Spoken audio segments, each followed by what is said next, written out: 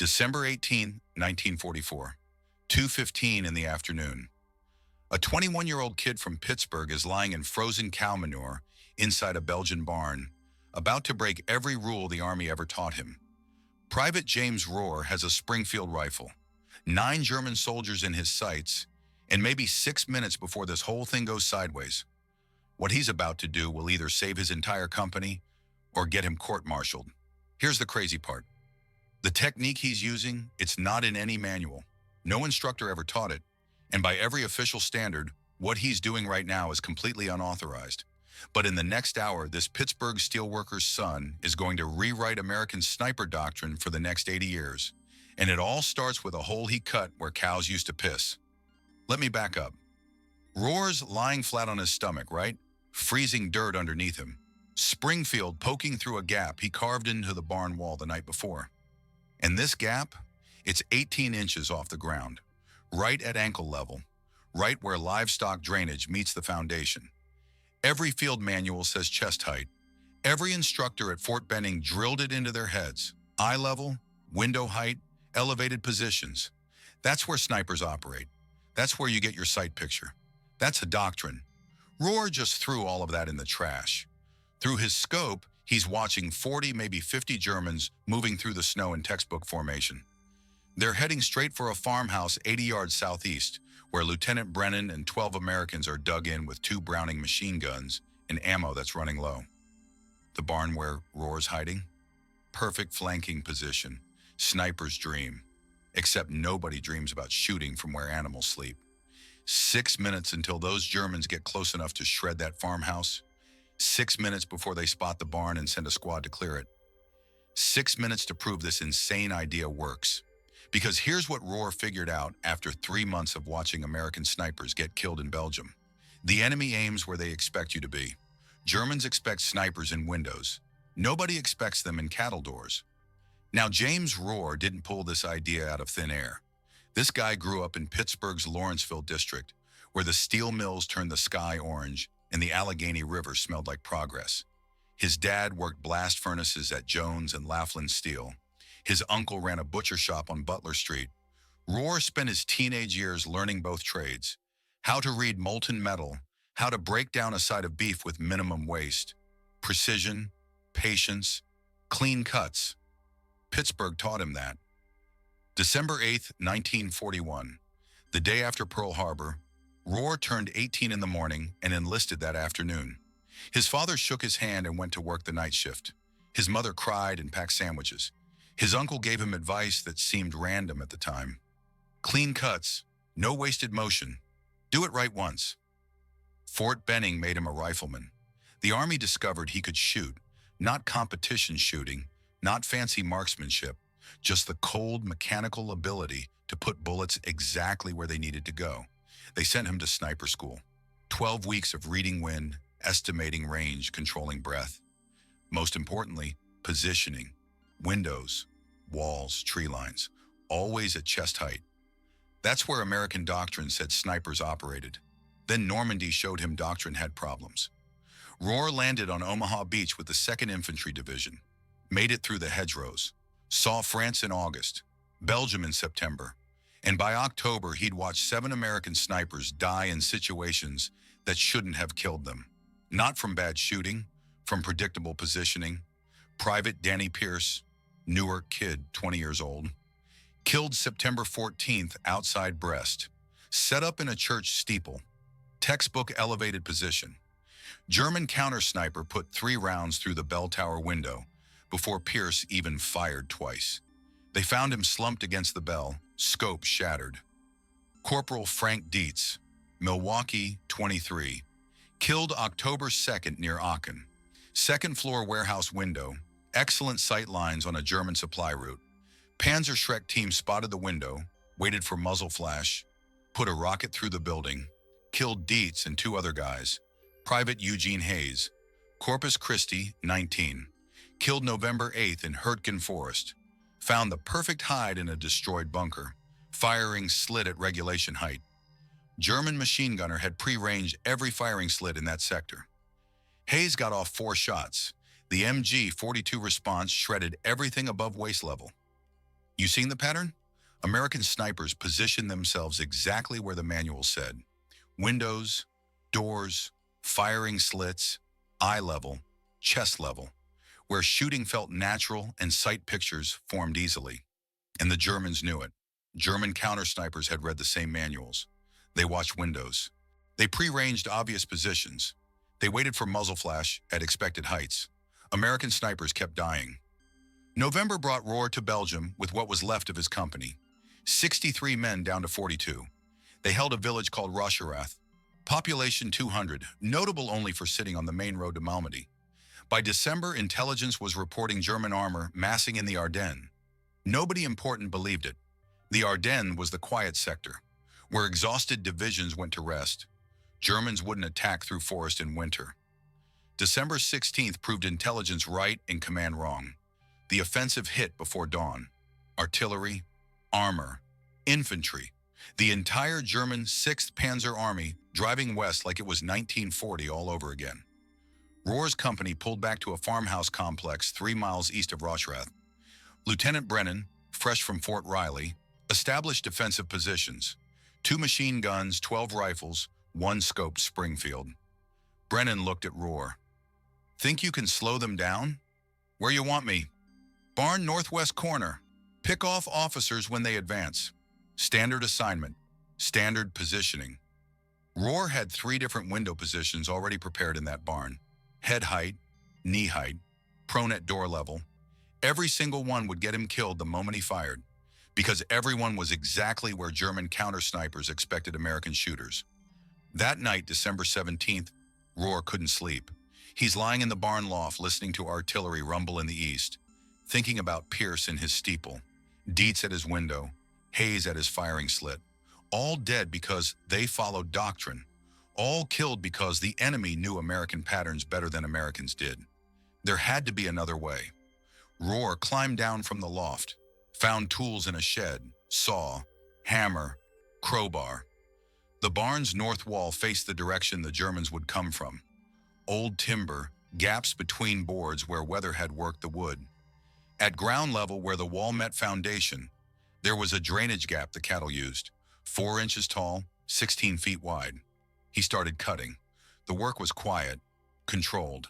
He removed boards at ankle height, expanding that drainage gap into something a rifle barrel could fit through. 4 inches became 8, 50 inches wide. He reinforced the top edge so it wouldn't collapse. Cut firing ports every 6 feet along the wall. Positioned them 18 inches above ground level. The smell was ungodly. Decades of cow urine, frozen manure, rot. His hands stuck to the wood. Splinters dug under his fingernails. The saw blade kept catching on old nails. It took him until 1:30 in the morning. He tested the position, lay flat, extended the Springfield through the gap. Eye to scope. The sight picture was perfect. 30-degree field of view, clear lines on the approach from the east, and most importantly, 18 inches off the ground where no German would think to look. Court-martial risk flashed through his mind. Unauthorized modification of defensive positions, destruction of civilian property, operating outside tactical doctrine, dishonorable discharge, prison time. But the calculation was simple. Follow regulations and probably die, or break regulations and possibly live. He chose life. December 18th dawned gray and frozen. German scouts probed the perimeter at 9:30 a.m. 6 men testing American positions. They withdrew after token fire. Brennan knew what was coming. The scouts would report. Main force would arrive before dark. The farmhouse would be overrun unless something disrupted German timing. At 1:45 p.m., Rohr moved into the barn. He carried the Springfield, 80 rounds in stripper clips, 2 canteens, and a trench knife. No radio, no backup. Brennan's orders were simple. Harass their advance.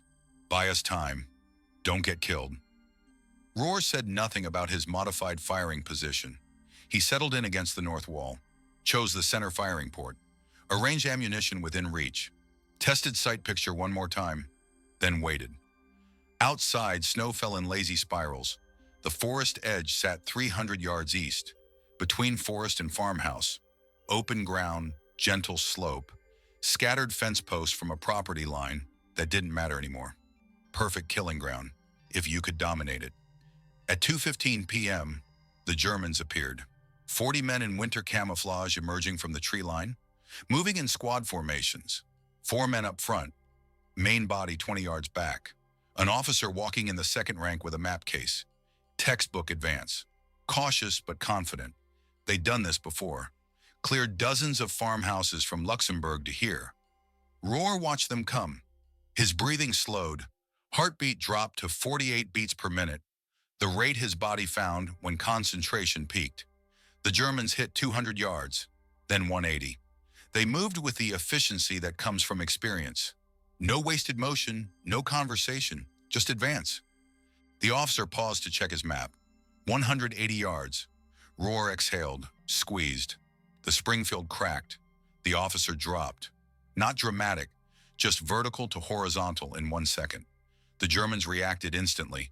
Dropped prone, scanned for the shooter, 40 pairs of eyes searching windows, doors, roofline, searching at eye level, where snipers positioned themselves. Nobody looked at the barn's foundation. Rohr cycled the bolt, found his second target. Squad leader crawling toward cover, squeezed, hit. The man stopped crawling. The Germans started firing. Blind suppressive fire at the barn's windows. 30 rifles pumping rounds into chest-high positions that Rohr wasn't occupying. He fired again. Third target, then fourth. The engagement stretched into a pattern.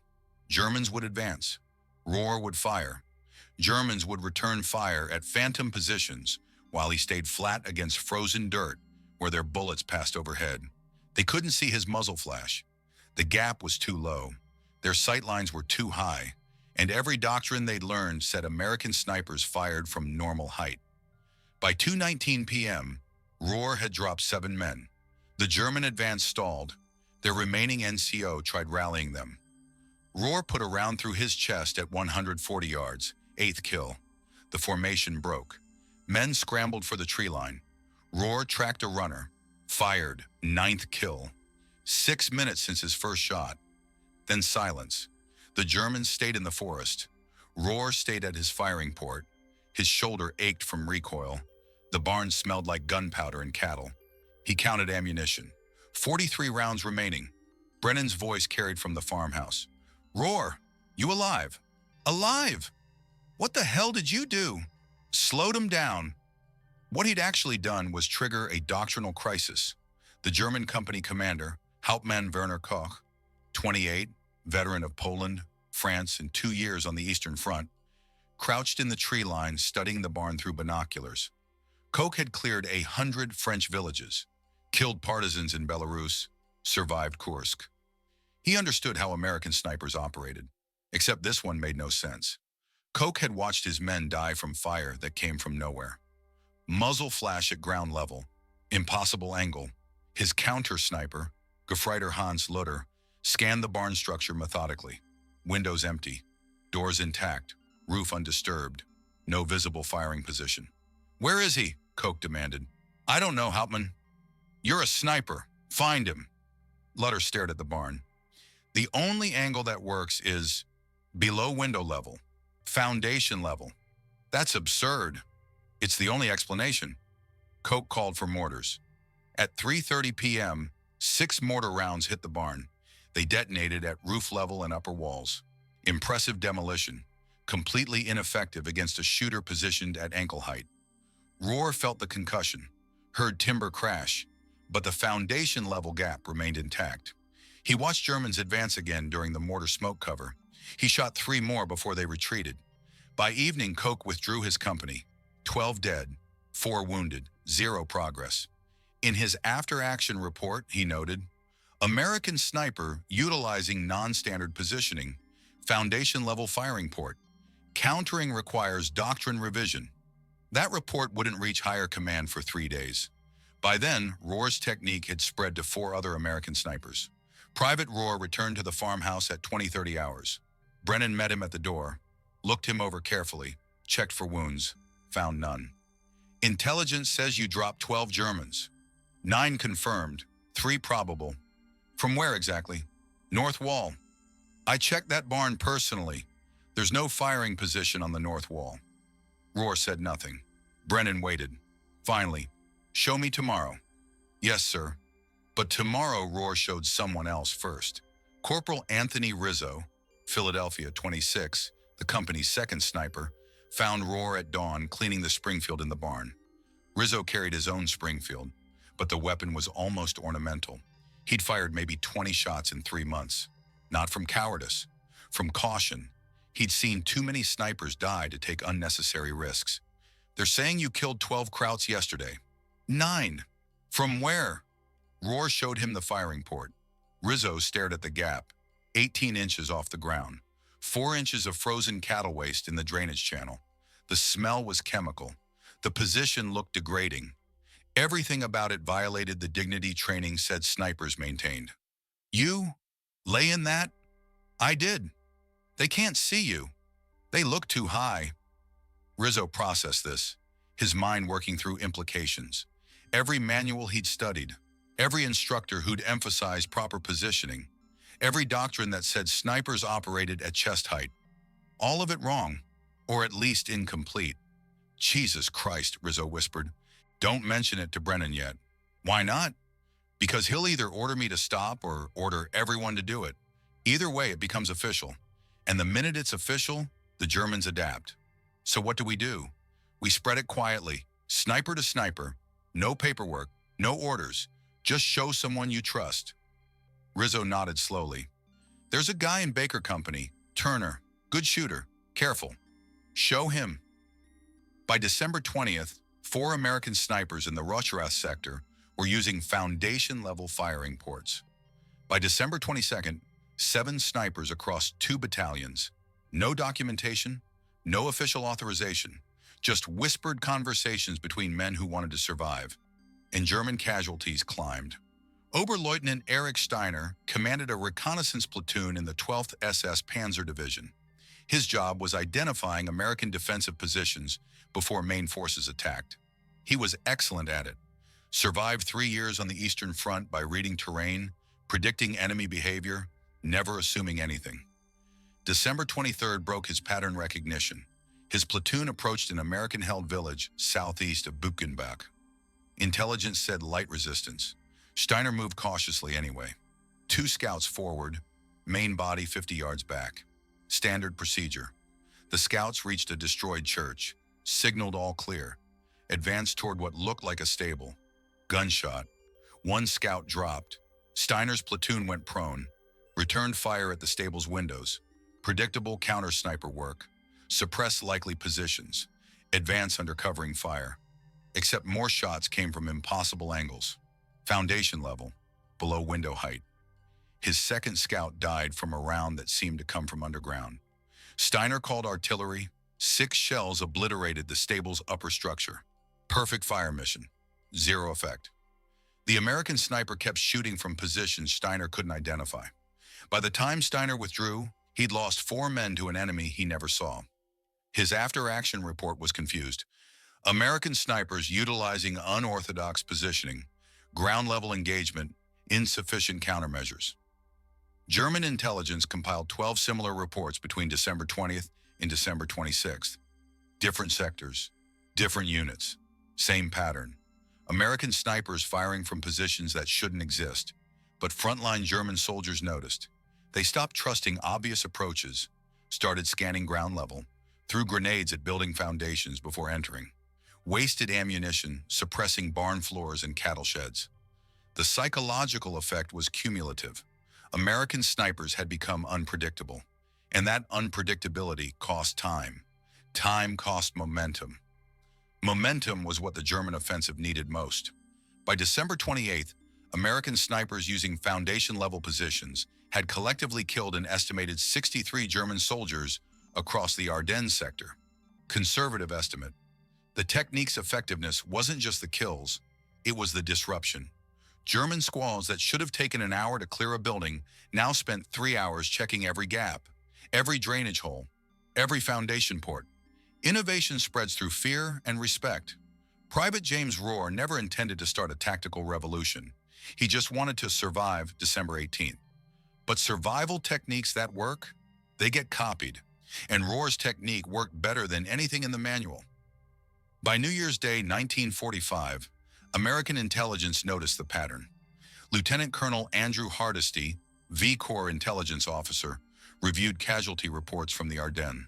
German casualties were higher than expected in defensive actions, particularly from sniper fire, particularly in situations where American snipers should have been suppressed or killed, but weren't. He requested detailed after-action reports from sniper teams. What came back confused him. Multiple reports mentioned unorthodox positioning, foundation-level hides, cattle shed modifications. No official documentation authorized these techniques. No training program covered them, but 7 different snipers across 4 battalions were doing essentially the same thing. Hardesty drove to Rosherath personally. He arrived January 4th, found Lieutenant Brennan at company headquarters, asked about sniper operations. Brennan was honest. "We've got a private who's rewritten the manual. I want to see him." They found Rohr in the barn. He was cutting another firing port, working methodically, saw in one hand, measuring tape in the other. The barn smelled like he'd been working there for hours. When Hardesty identified himself, Rohr stood slowly, covered in sawdust and worse. "Private Rohr, sir. Show me what you've been doing." Rohr showed him. Hardesty crouched at the firing port, looked through the gap. Sight lines were perfect. Angle was impossible to counter from standard positions. The smell was horrific, but the tactical advantage was obvious. He stood up, looked at Rohr carefully. "Who authorized this modification?" "Nobody, sir. You just decided." "I watched 7 men die following doctrine, sir. Decided doctrine needed adjustment. This is destruction of civilian property." "Yes, sir." "Unauthorized modification of defensive positions." "Yes, sir." "Operating outside established sniper protocol." "Yes, sir." Hardesty walked outside. Brennan followed. They stood in falling snow while Hardesty processed implications. From a pure military standpoint, Rohr had committed multiple violations. From a practical standpoint, Rohr had saved American lives and killed German soldiers more effectively than any sniper in the sector. "How many confirmed kills does Private Rohr have?" Brennan checked his notes. 43 confirmed, 16 probable, using this technique exclusively. "And other snipers are copying it?" 7 that I know of, probably more. Hardesty made a decision that would affect American sniper doctrine for decades. "I'm not filing charges. I'm also not making this official yet. Let it spread organically. The moment we formalize it, we lose surprise. Germans will adapt. But if it stays underground for another month, we can kill a lot more of them before they figure out counter tactics." "What about Rohr?" "Tell him to keep doing exactly what he's doing. And tell him if anyone asks, he never talked to me." Hardesty returned to V Corps headquarters, filed a classified memo. "Sniper doctrine requires revision. Current practices predictable. Recommends study of field innovations before formalizing. Request delayed until February 1945. The memo sat on a general's desk for 3 weeks. The Ardennes offensive collapsed by late January. German forces withdrew. Americans advanced. The war's momentum shifted permanently westward. In the chaos of pursuit and liberation, nobody at corps level remembered to formalize sniper doctrine changes. But snipers remembered. By February, foundation-level firing positions appeared in training materials. Not officially, not through doctrine revision, but instructors at replacement depots started mentioning it. Grizzled sergeants showed new snipers the technique. When questioned about where they'd learned it, they said things like Belgium, or some private figured it out, or works better than the manual version. March brought official recognition, sort of. A training bulletin from 1st Army headquarters. Snipers are advised to consider non-standard positioning when tactical situation permits. Foundation-level hides have proven effective in recent operations. Recommend flexibility in position selection based on terrain and enemy patterns. The bulletin didn't mention Rohr, didn't reference specific battles, just acknowledged that someone, somewhere, had found something that worked. That was the Army's way. Take field innovations, strip identifying information, distribute widely. Let everyone assume high command thought of it first. By April, German intelligence had documented the technique thoroughly. a captured training document from 6th Panzer Army. American snipers increasingly utilize ground-level positioning, foundation gaps, drainage channels, cattle doors. Countering requires systematic suppression of building bases before advance. Cost, additional ammunition, and time. Cost was the key word. The technique's effectiveness wasn't just tactical, it was economic. German squads now spent extra time and ammunition on every building, which slowed their advances, which gave American forces more time to establish positions, which compounded German difficulties throughout the chain of operations. One private's innovation in a Belgian barn had cascading effects across an entire front. But what happened to the private? James Rourke didn't know his technique had spread across the European theater. He was busy fighting through the Rhineland in March. Through the Ruhr in April, his confirmed kill count reached 78 by war's end. He never received a medal for developing the foundation-level technique. Never received official recognition of any kind. What he received was an investigation. May 3, 1945. Germany had surrendered. Rohr was in Bavaria with occupation forces when military police found him. They had questions. Someone had flagged his service record, specifically unauthorized modification of civilian structures in Belgium, destruction of private property, operating outside tactical doctrine. The investigation took 2 weeks.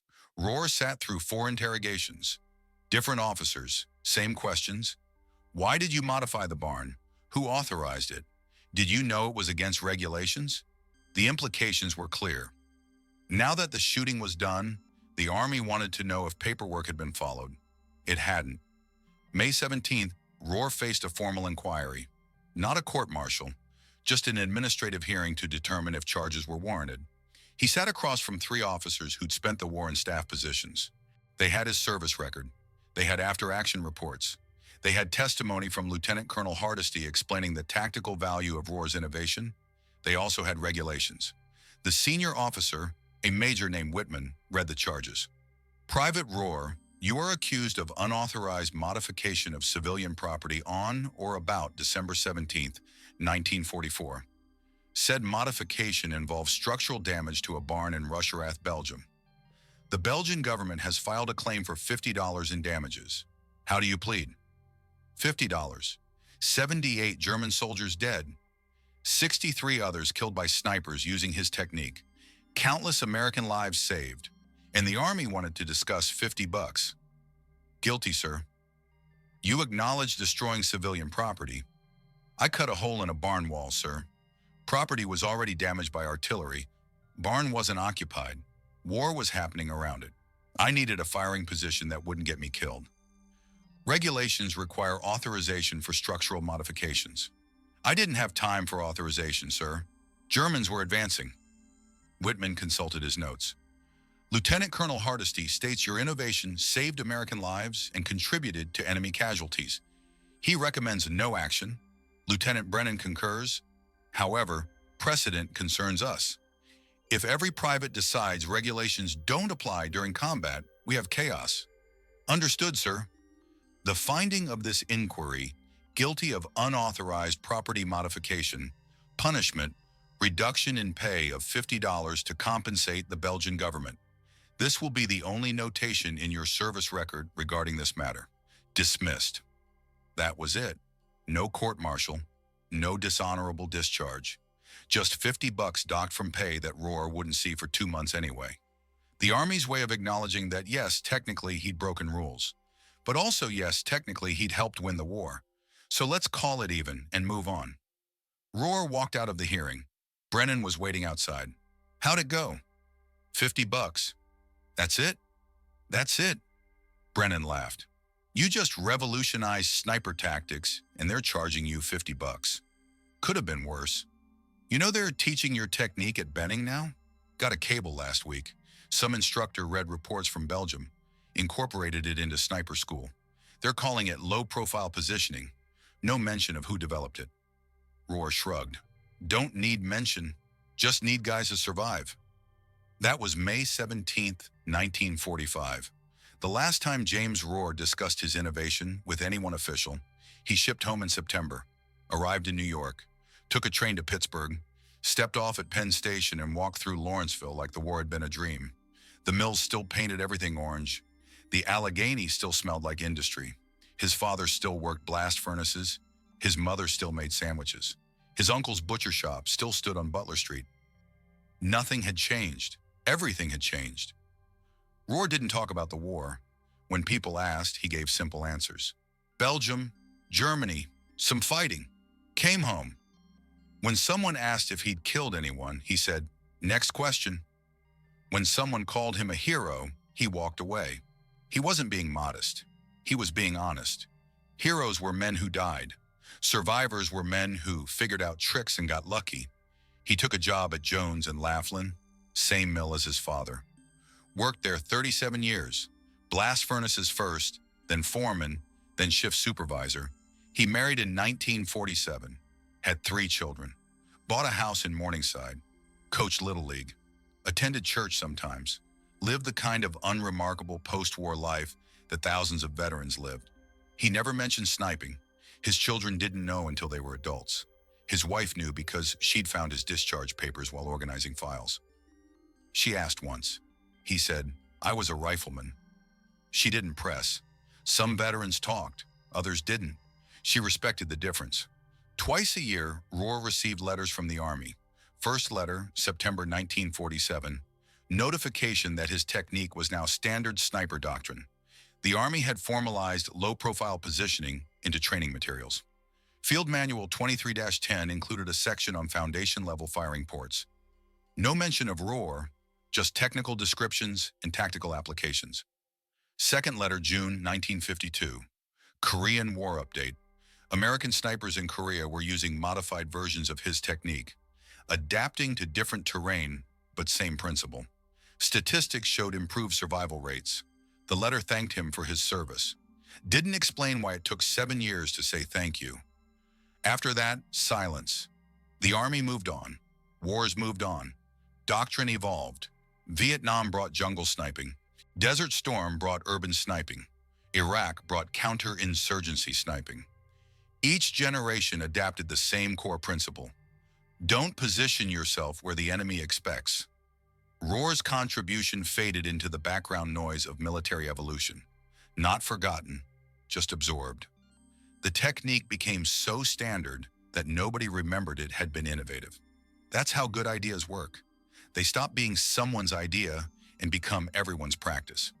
Rohr retired from Jones and Laughlin in 1982. He was 61. His pension was adequate. His health was declining. 37 years of blast furnace work had damaged his lungs. He spent retirement in his house, watching television, playing cards with neighbors, visiting grandchildren. He died March 8, 1994.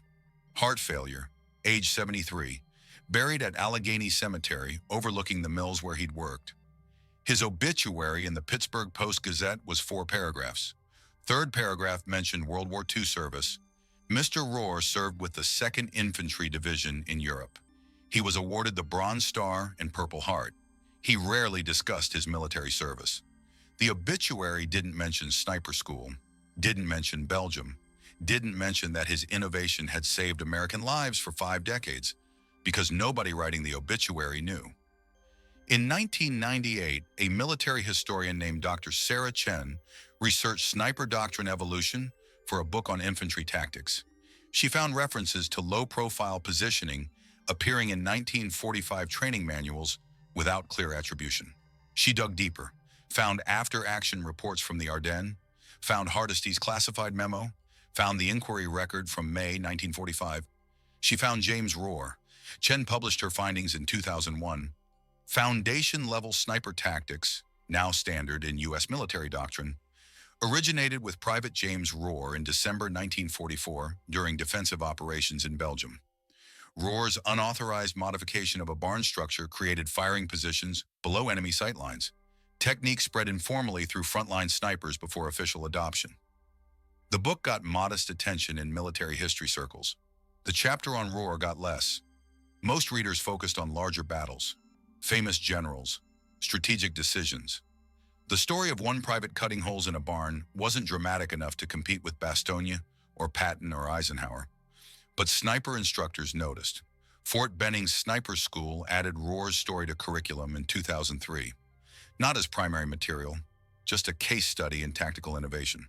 When instructors taught positioning, they mentioned, this technique started with a private in Belgium who watched too many men die and decided doctrine was killing them. He modified his position. Others copied. The army eventually made it official. That's how innovation actually happens. Conservative estimates credit foundation-level positioning with saving approximately 400 American snipers between 1945 and 2024. That number's probably low. The technique's true value isn't measurable in lives saved. It's measurable in the principle it established. Doctrine serves soldiers, not the other way around. That's how innovation actually happens in war. Not through committee review, not through engineering studies, not through general orders, through privates who watch their friends die and decide enough is enough, through mechanics who trust their hands more than manuals, through men who risk court-martial because saving lives matters more than following rules. James Rourke spent 49 years after the war working blast furnaces in Pittsburgh. Never gave speeches about his contribution, never wrote memoirs, never claimed recognition. He'd solved a problem because the problem was killing people he knew. When the problem was solved, he went home and lived an ordinary life. That's the real story. Not heroism, not glory. Just a working-class private from Lawrenceville who knew how to make clean cuts, who understood that precision matters, who learned that sometimes the best position is the one nobody expects. The technique he developed in a frozen Belgian barn is now taught to every American military sniper. His name appears in one military history book and a handful of technical documents. His grave in Allegheny Cemetery has a standard military marker. Nothing special. But every time an American sniper positions himself at foundation level, every time someone survives because they're shooting from an unexpected angle, every time doctrine flexes to accommodate field innovation, James Rohr's legacy continues, not in headlines, in lives saved. That's the only kind of legacy that matters.